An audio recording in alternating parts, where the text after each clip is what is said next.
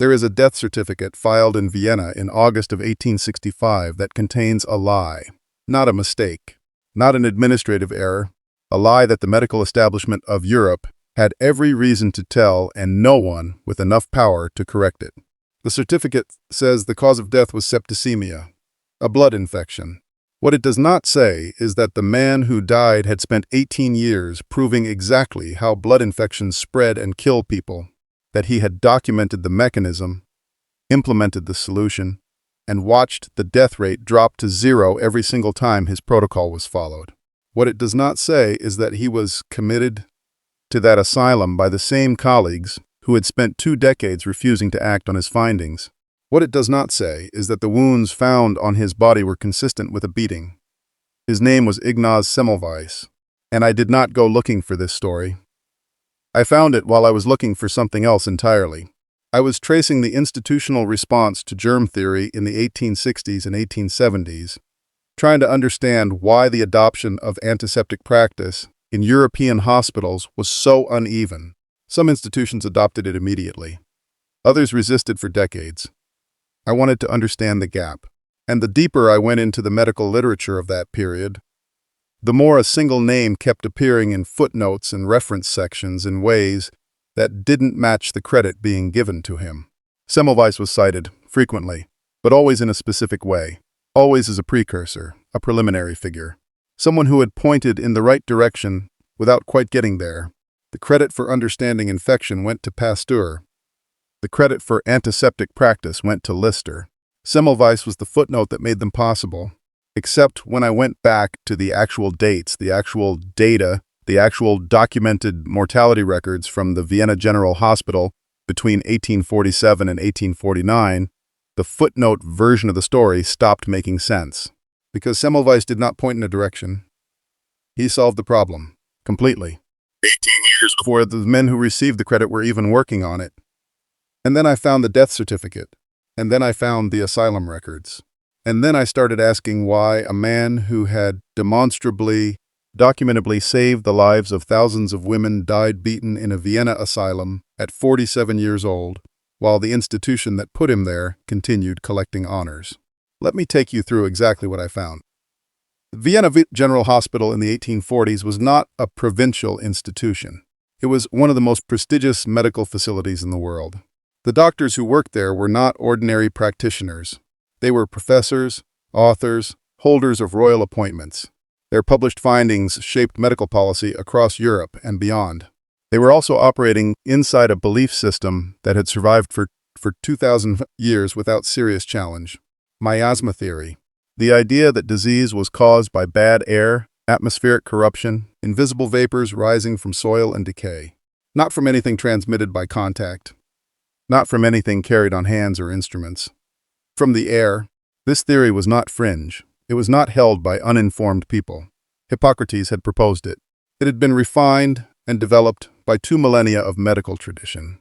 In 1847, it was the framework inside which every educated doctor in Europe was operating.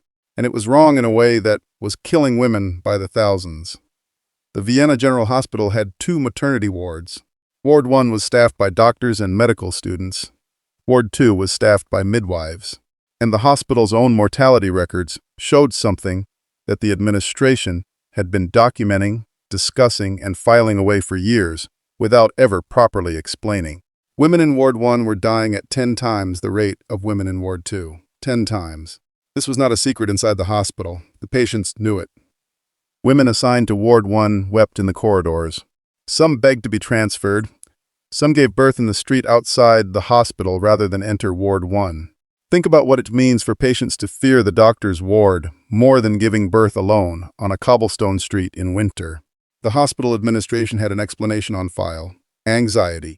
The presence of male doctors caused psychological distress in the female patients of Ward 1. And this distress manifested as fatal illness. 1 in 10 women dead, filed under anxiety. Ignaz Semmelweis arrived at Ward 1 in 1846 as a young Hungarian, 28 years old, newly trained and constitutionally incapable of accepting anxiety as an explanation for a mortality rate that fluctuated between 10 and 18%. He began pulling records, tracking deaths, comparing variables, He compared the time of year, the weather, the staffing levels, the patient demographics, the physical layout of the two wards. He eliminated every variable he could find. The disparity remained. And then in March of 1847, his colleague Jakob Kolechka was teaching an anatomy class when a student's scalpel slipped. The cut was minor, the kind of thing that happened in medical training with regularity and was almost never considered serious. Within days, Kolechka was dying. Fever, spreading infection, organ failure. Semmelweis sat at his bedside and watched the progression. And the symptoms were identical to childbed fever. Identical in presentation and sequence, in the way the infection moved through the body. Kolechka had not been near the maternity ward, had not been in contact with any of the dying women, had not been exposed to whatever atmospheric corruption the miasma theorists were pointing to. But Kolechka had spent his morning in the autopsy room, and then he had gone to teach without washing his hands. Here is what I keep coming back to when I think about this moment. Semmelweis understood immediately, not after weeks of deliberation, not after running controlled experiments, not after publishing a preliminary paper and waiting for peer review. He understood in the immediate aftermath of watching his colleague die that the doctors in Ward 1 were carrying something from the corpses they dissected every morning directly into the bodies of the women they examined every afternoon.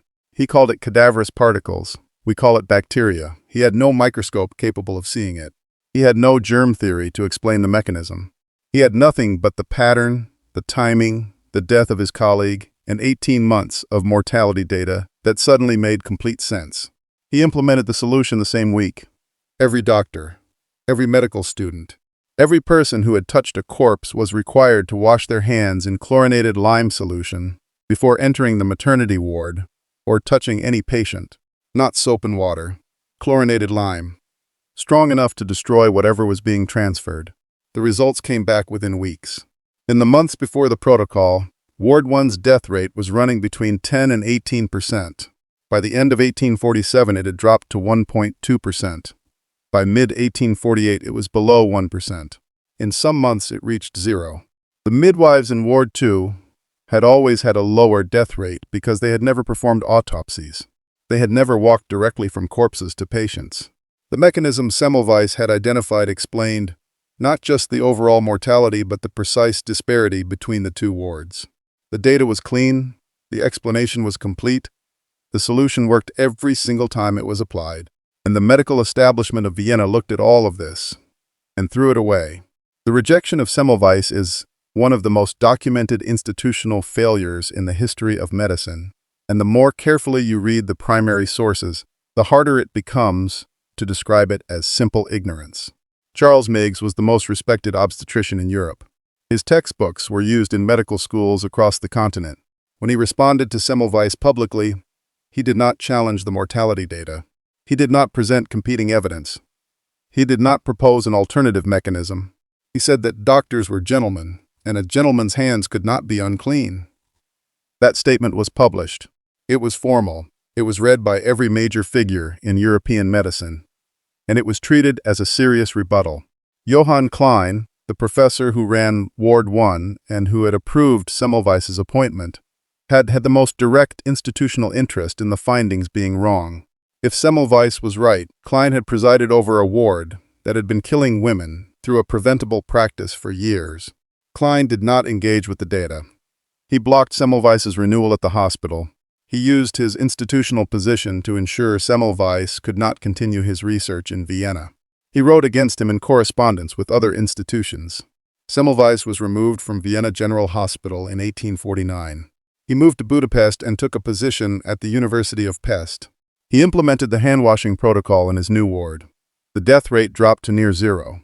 Again, the same result. Different city, different hospital, different patients, different staff. The same outcome every single time the protocol was followed, and the same elevated mortality every time it wasn't. He documented all of it. He wrote letters, not quiet, diplomatic correspondence. Open letters, addressed by name to the leading obstetricians of Europe, telling them directly that their refusal to implement hand-washing made them responsible for the deaths occurring in their wards. He was not wrong about that. The letters made him enemies he did not have the institutional protection to survive. In 1861, he published his complete findings, 343 pages. 14 years of data from Vienna, from Budapest, from comparative studies of maternity wards across Europe. The book was reviewed in the major medical journals. Reviewers noted that his tone was too emotional, that he could not provide a satisfactory scientific mechanism for how cadaverous particles cause disease, that his insistence on blaming colleagues by name was unprofessional. They were not wrong that he couldn't explain the mechanism. Germ theory wouldn't be confirmed for another 20 years. But the mechanism being unproven did not change the mortality data.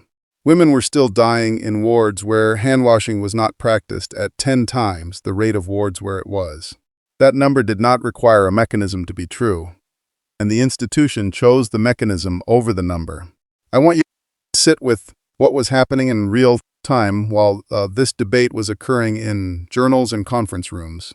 Every week that a European maternity ward operated without handwashing, women were dying from a cause that had been identified, proven, and solved. Not hypothetically prevented, actually prevented, in the wards that had adopted the protocol. The women dying in the wards that hadn't were not statistical abstractions. They were patients who had walked into those hospitals trusting the institution, who had been examined by doctors who had read the published data and decided the question of professional dignity mattered more than the question of mortality. They were young women, mothers, women having their first child in a hospital because that was supposed to be safer than the alternatives. They developed fever within days, then infection, then organ failure, then they were filed under childbed fever. Nobody counted them as victims of institutional pride. Nobody held an inquiry. Nobody asked the hospital administration why the mortality rate in Ward 1 remained at 10% when the solution was sitting in a published paper on the medical library shelf. They were just dead. And the institution moved on. By 1865, the weight of what Semmelweis had been living with for 18 years was visible in everything he did. He attended medical conferences and redirected discussions on unrelated topics back to childbed fever. He confronted colleagues in public settings. He wrote letters that crossed the line from accusatory into something more desperate. Some historians describe this as a mental breakdown.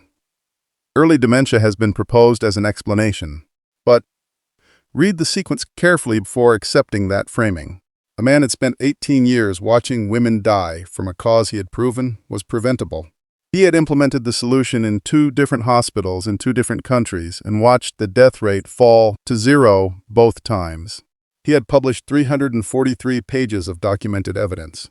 He had written dozens of letters to the most powerful figures in European medicine. And the women kept dying, not because the solution didn't work. It worked every single time, because the institution had decided that admitting the solution worked meant admitting what they had already done, and they chose not to.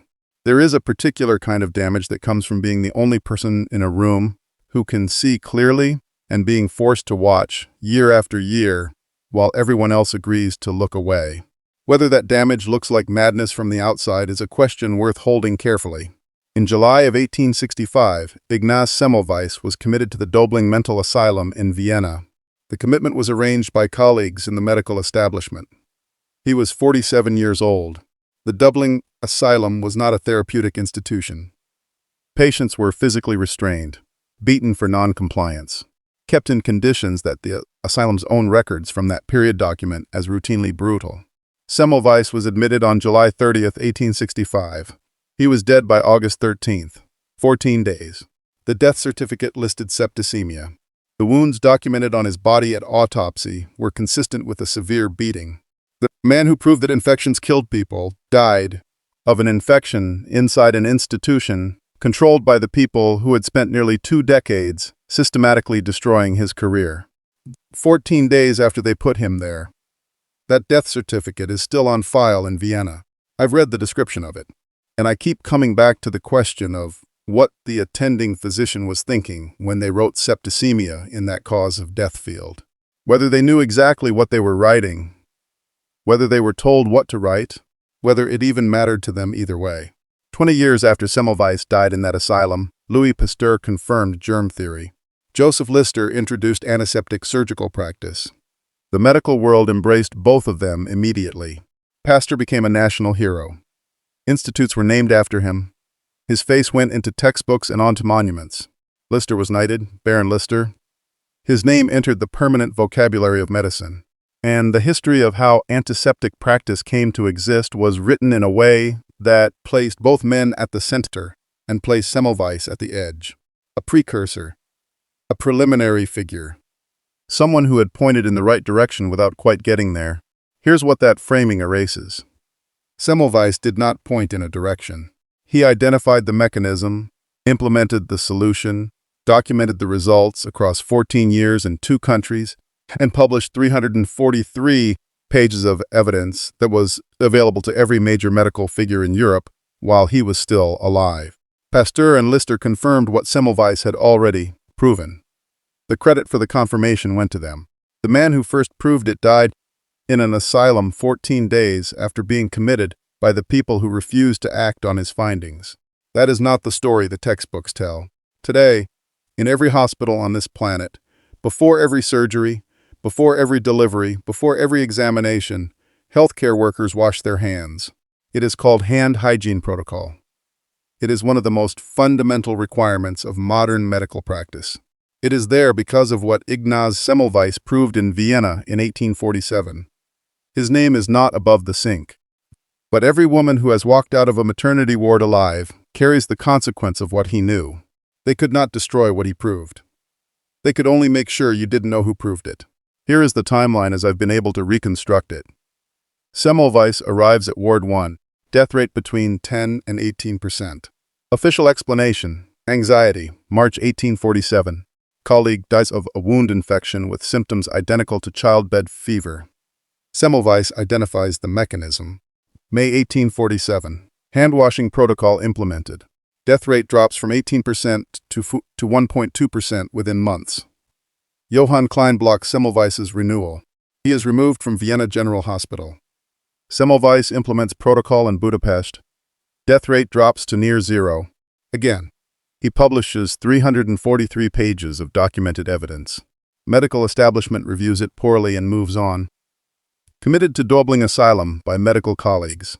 Dead 14 days later. Death certificate says septicemia. Pasteur confirms germ theory. Lister introduces antiseptic practice. Both receive full institutional credit.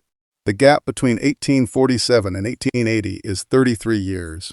33 years during which the evidence existed, the solution worked, and the institution chose not to act. Nobody has ever calculated how many women died in European maternity wards during those 33 years in facilities that had access to the published data and chose not to implement hand-washing. Nobody filed that number anywhere. Nobody put those names in a record that survives. They are the invisible cost of a decision made in conference rooms and journal review boards by men whose names went on to appear in medical school textbooks as pioneers of modern medicine. The death certificate is still in Vienna. The 1861 publication is still in medical libraries. The mortality records from Ward 1 are still in the Vienna General Hospital archives. The documents don't forget, not even when everyone responsible agreed they should. And somewhere in those archives, in the careful institutional language of 19th century European medicine, the full account of what was done to Ignaz Semmelweis is sitting in a filing cabinet, the same way it has been sitting since 1865, waiting for someone willing to read what the records actually say, instead of what we've been told they should say.